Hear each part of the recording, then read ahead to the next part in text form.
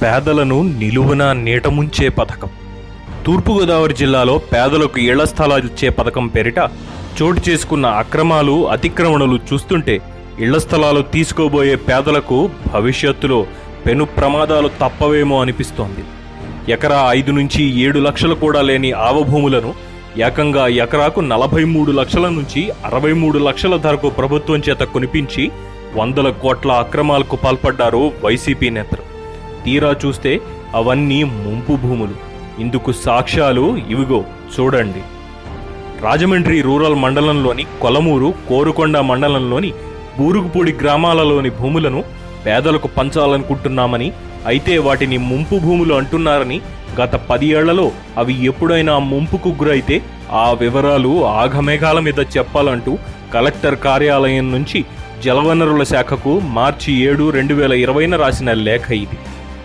లేఖను అందుకున్న వెంటనే 8వ తేదీన కొలమూరు, 9వ తేదీన బూరుగుపూడి గ్రామాలను పరిశీలించి వచ్చామని, కొలమూరు గ్రామానికి జల్లకాలువ దగ్గరే ఉండడం చేత గోదావరి ముంపు ఉంటుందని, అలాగే బూరుగుపాడు, కాపవరం గ్రామాలకు కూడా గోదావరి ముంపు ఉందని చాలా స్పష్టంగా మార్చి 12వ తేదీన జలవనరుల శాఖ సమాధానమిచ్చింది. ఇంతగా చెప్పాక కూడా బూరుగుపూడిలో 248.9 ఎకరాలు, కాపవరంలో 223 ఎకరాలను ప్రభుత్వంతో కొనిపించడంలో అర్థం ఏమిటి? తమ పార్టీ నేతల ప్రయోజనాల కోసం పేదలను గోదాట్లో ముంచడానికి ప్రభుత్వం వెనకాడట్లేదని అర్థమే కదా. ఇళ్ల స్థలాల పేరుతో ఒక్క తూర్పుగోదావరి జిల్లాలోనే ఇన్ని కోట్ల అక్రమాలు జరిగితే రాష్ట్ర వ్యాప్తంగా ఇంకెంత స్కామ్ జరిగి ఉంటుంది. ఇక కాకినాడలో ఈ ఏరియల్ వ్యూలో కనపడుతున్న భూములను చూడండి. బంగాళాఖాతానికి దగ్గరగా రెడ్ మార్క్తో ఇక్కడ గుర్తించినవి మడ అడవులు.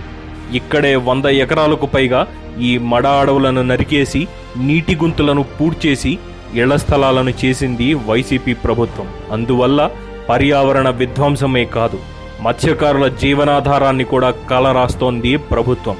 ఆ తుప్పలు లేకపోతే మాకు భవిష్యత్తు లేదు. అందులో పీత, రొయ్య, చేప పుడితే సముద్రానికి వెళ్తే అక్కడ ఏడతెత్తే మనం కడుపు తినాలి. మాకు ఉద్యోగాలు, జాబులు ఏవి లేవు. మాకు తట్టలు మోసుకోవడం తప్ప ఏవీ లేదు. మాకు బతకనాకు భవిష్యత్తు లేదు. అది గడ పెట్టేస్తానంటే మా బోట్లు కట్టుకుని ఒక చోటు లేదు. ఒకవేళ తుఫాన్లు వచ్చినా అందులోనే ఆడవాళ్ళు, మగవాళ్ళు ఆ బోట్లు ఎక్కువ దోగుంటున్నాము. వల్ల తీసుకొని మేళ కడతామని మమ్మల్ని ఇప్పించేసి నాగేసుకుంటున్నారండి. ఈ తలం మేము ఏం చేయము ఇప్పుడు? ఈ బిడ్డలకి ఎక్కడికి వెళ్ళిపో. మాకు సాయం చేసిన ఎవరున్నారండి? మా యుద్ధం ఆడుతున్నాం. ఇప్పుడు సాయం చేసిన ఎవరిని కనిపించట్లేదు మాకు ఈ రోజుని. మా చోటు మాకు కావాలా. ఇక ఇక్కడ ఇళ్లు కట్టుకున్న పేదలకు తుఫానులు, ఉప్పెనలు వచ్చినప్పుడు రక్షణ ఏది?